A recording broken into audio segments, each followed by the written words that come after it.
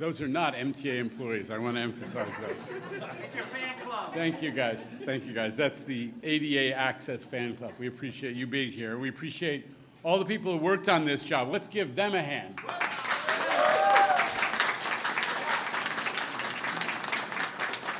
All right. Thank you, everybody, for joining us. I'm Jan Lorimer, the MTA Chair and CEO, here with Construction Development President Jamie Torres Springer, Rich Davey, the President of New York City Transit, and the one and only Quamel Arroyo, the Chief Accessibility Officer of the MTA. Listen, this is a great day for Brooklyn and a major milestone for the subway system overall. The Metropolitan Avenue Lorimer complex is now fully accessible, bringing our system-wide total of ADA stations to 151. Really a big milestone. You always hear on the subway system, it was 100 that we would, on the recorded announcements. For a long time it was 100, and I said, we're hitting 150, let's change it. Now, that is the announcement. More than 150 stations. Way to go, everybody. We're celebrating with somebody representing the community board, Simon Weiser. We're also acknowledging the Federal Transit Administration, the Region 2 Director. Who's representing FTA here? Hetty, good to see you. We've got Dan Wiley representing Congresswoman Nydia Velasquez, and Eric Bruzaitis. I'm going to do that, saying it wrong, I'm sure. Eric, thank you for being here. Johanna Pulgarin, also, who is the District Manager of Community Board 1. District Manager, the people who actually work there every day, all day, so thank you for being here.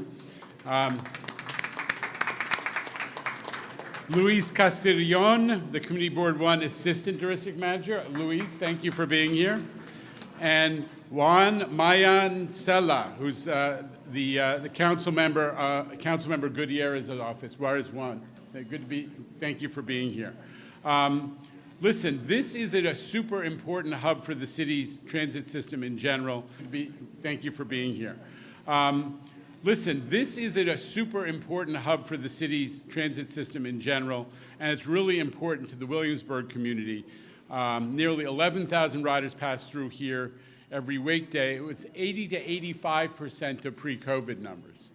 So when people talk about, our folks coming back to transit, we all know that there's sensitivity out there. We're at 80 to 85% in this complex. My line, and everybody's heard me say it a million times, New York exists because of the transit system. At our density, we could not function if we did not have great mass transit. And it's one of the few things that makes our city affordable. It's about 10 to 15% the cost of owning an automobile. Don't forget it when you hear from the congestion pricing complainers who drive that they're already spending way more than people on transit who are electing to save money on moving around. And it's also, this is important at a time when we're hearing about safety issues. I always say transit, the subways are one of our most sacred public spaces because it's where every day we prove out the world's greatest experiments in tolerance and diversity. We figure out how to share these public spaces, crowd it all together, and get along. It's the essence of New York, even if we just sit there and use our cell phones, right? So for all those reasons, it is super important that everybody is able to use the subway system.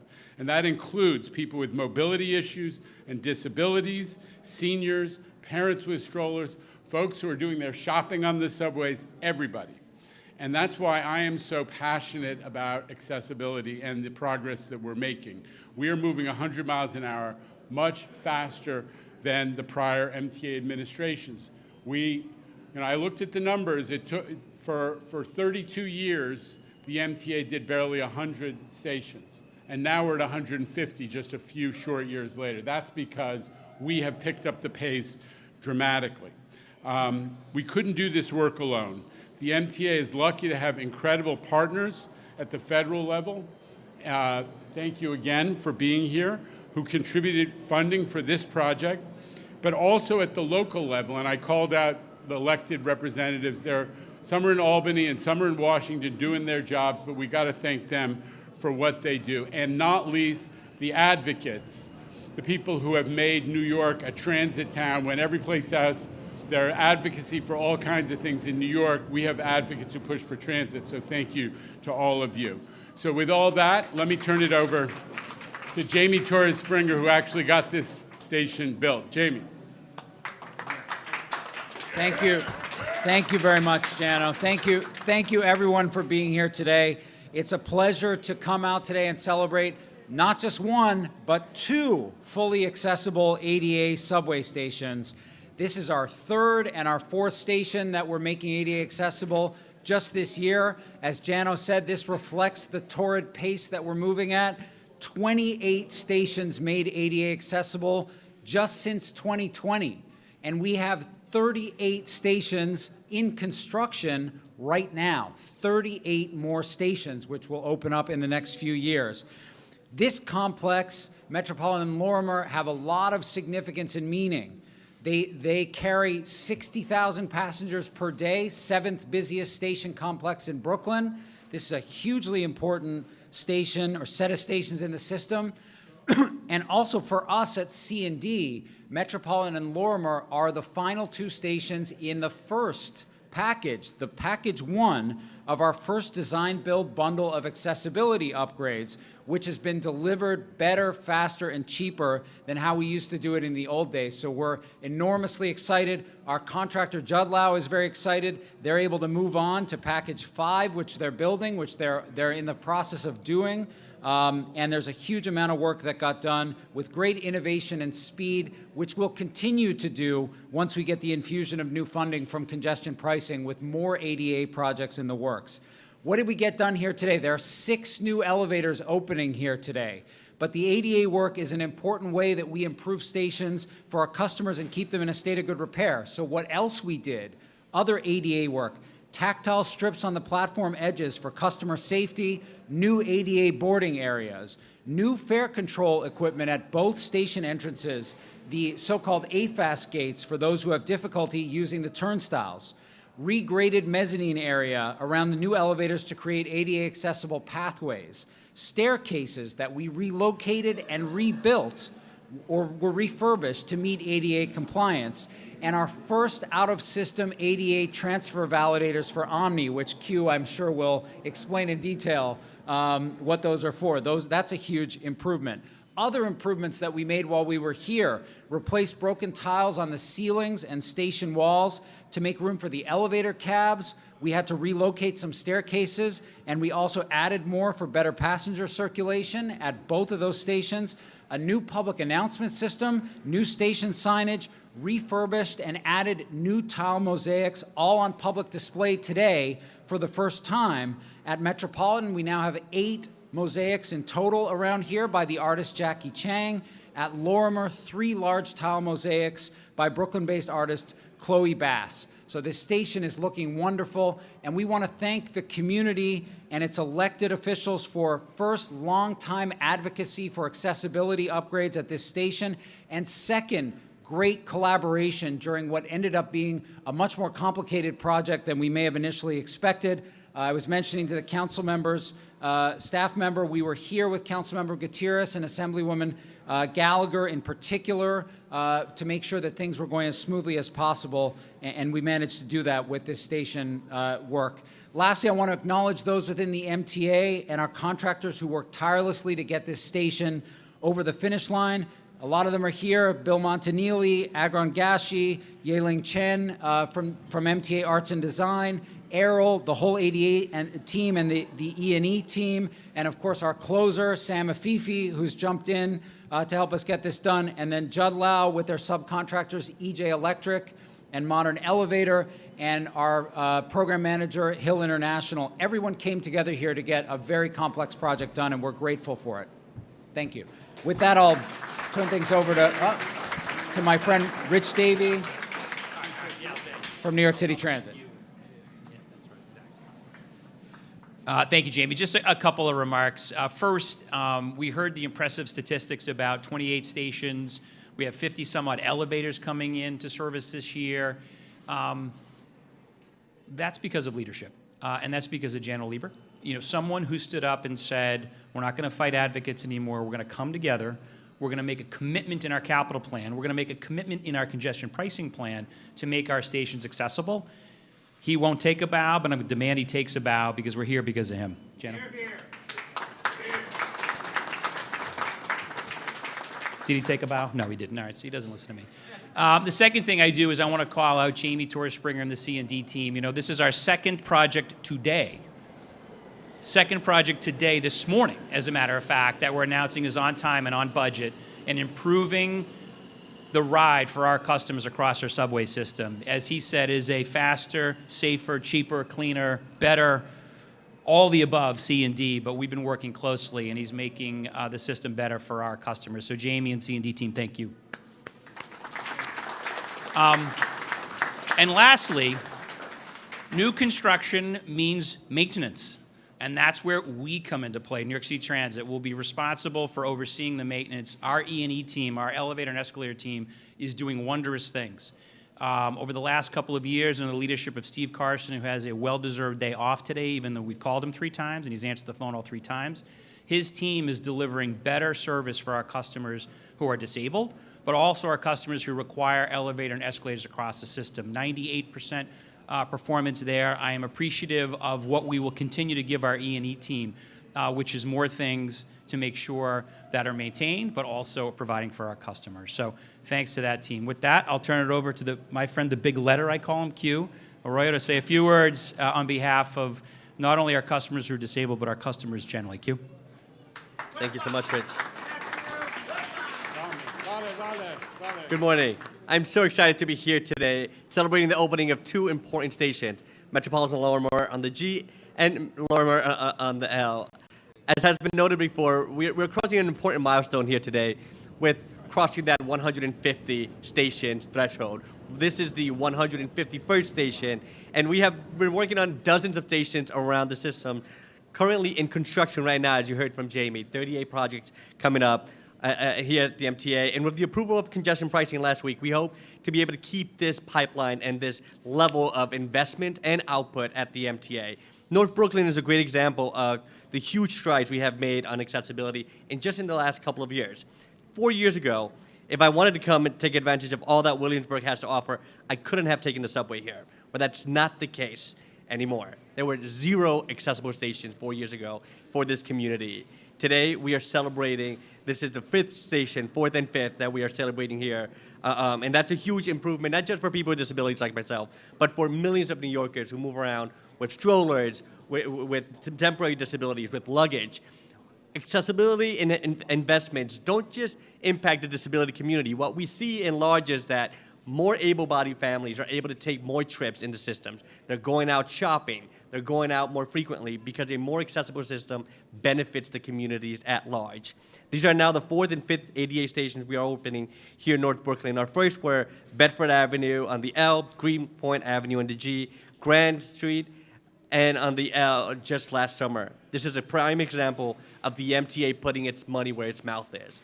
But not just putting out money out there. This is what smart investments look like. You heard from Jamie talk a little bit about the tap-out validators that we have here. So if you don't realize, though the stations are connected, it's not accessible. That ramp is not accessible to connect in between the stations. That's why we have, with the help of the FTA, we got a ordinance here to do a different type of design here. What you have is the first in the system tap-out validator. Customers with mobility needs who aren't able to make that transfer from the L to the G within the station are able to tap out at one end from the paid side and tap in on the other end by walking down the sidewalk. And yes, we will work with our partners in the city to make sure that those sidewalks are accessible all year round, clear of snow, and continue to be an accessible path of travel so that customers can tap back in at the other end where they want to make that transfer. A fully accessible transfer up on the street when we couldn't do it down here below. Why? Because it wasn't practical. We didn't have the landings, we didn't have the footprint, and worse, this community knows a little bit about this, we would have had to shut down the L for a much longer time frame, and that wouldn't help anyone. So the better that you heard from Jamie, and faster, better, and cheaper, is thoughtful. It's spending money in a responsible way. That's what we do here at the MTA under Jano's leadership with congestion pricing. That's what we will continue to do. And I'm so proud of this team behind me. It really takes a village. We have unlocked so many new destinations and trips for people with access needs who need vertical access, and we've made it much easier for other customers as well.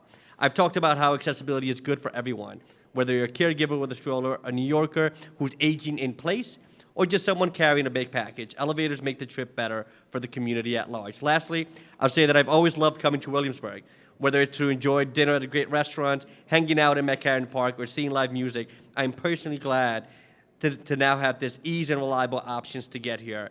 And not only is it accessible, but it's beautiful. So I want to thank Sandra Bloodworth and her entire team for bringing art to these stations and making it pleasant for all. Unas cuantas palabras en español. Para mí es un gran placer estar aquí abriendo estas nuevas estaciones.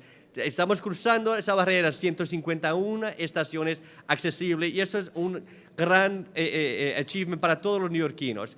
Sean para neoyorquinos envejecedores, neoyorquinos como yo que usan silla de ruedas o un andador. Esto es bueno para la comunidad, todos los usuarios del sistema. Es un placer estar aquí trabajando con gente como Jan Oliver, Jamie y Rich Davy, quien están priorizando el acceso.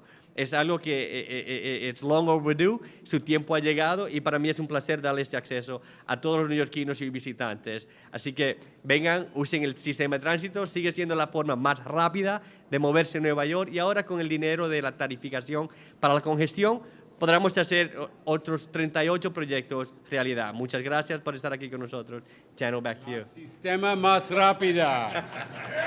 Qué bien.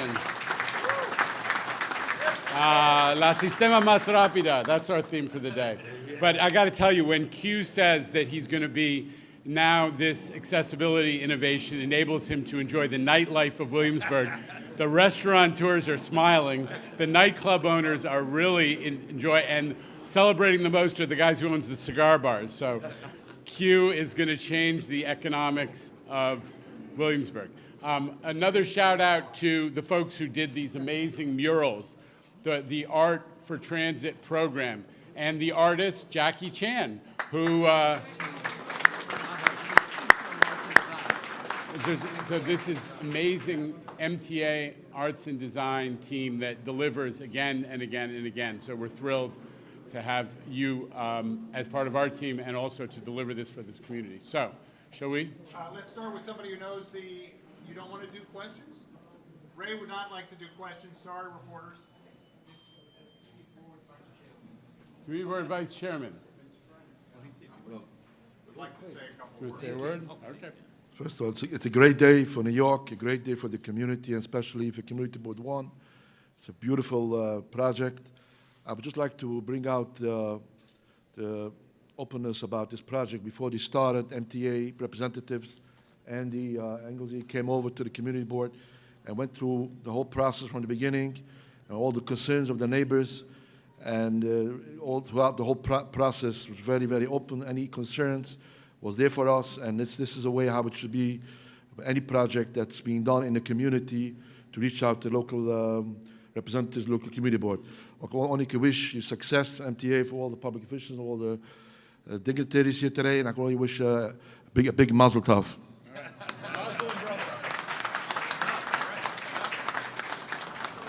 right, now to questions.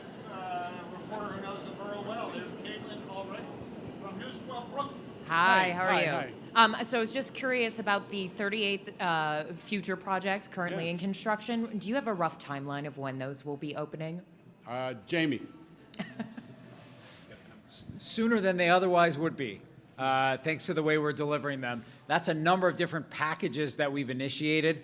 Some of them, one of the packages we just initiated in the last year. So, but you know, each station is on its own schedule, and we get it open and get it available for customer use as soon as possible. But it's you know, it's within a couple of years that we get most of these open. And just say it's all on MTA open data. That if you go to the MTA website, you can check on the schedule and the status of every project. So we don't have those at our fingertips, but it is pretty available. And if you need help, we can give you that.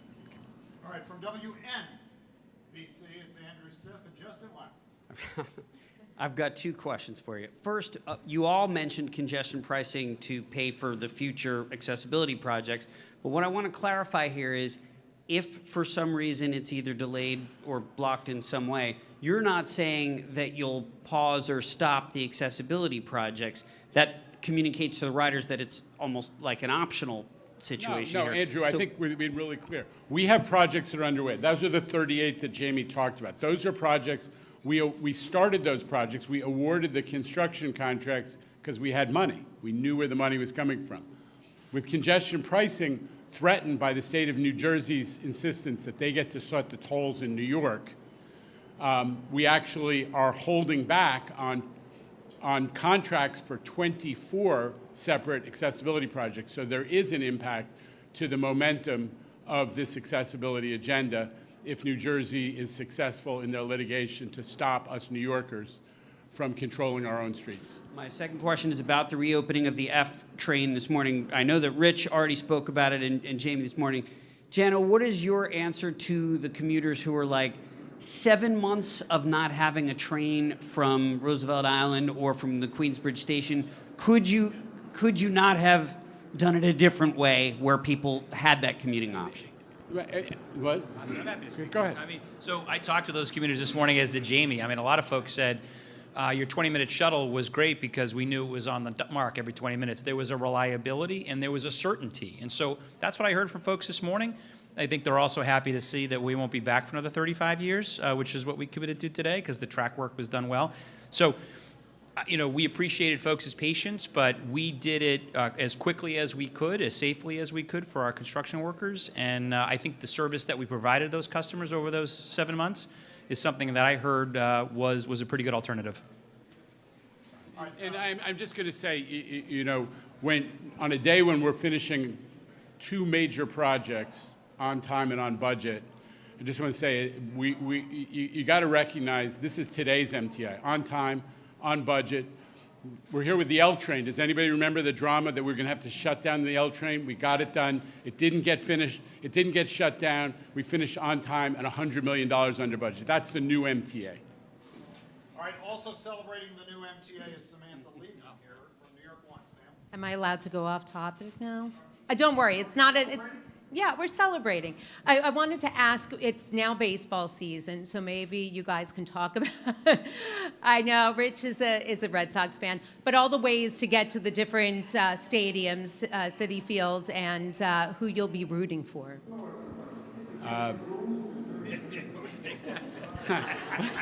Listen, it's not. It's Especially you can the take, Yankee Clipper, okay, because but listen, people you're- don't know about that. All right. Well, what? The Yankees are 4-0, and there are a bunch of games this coming week, right, Tim?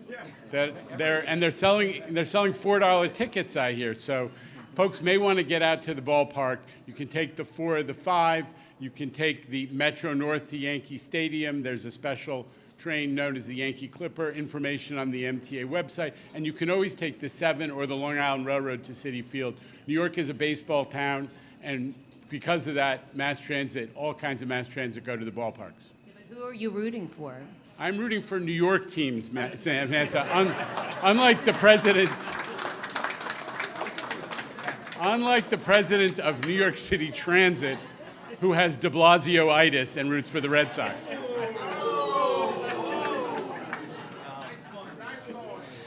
We got 4 rings this last 20 years. It is April Fool's. I'm also pleased to announce that we are renaming Yankee Stadium Station as Fenway South. Thank you, everybody. Thank you. All done? Thanks very much. Great.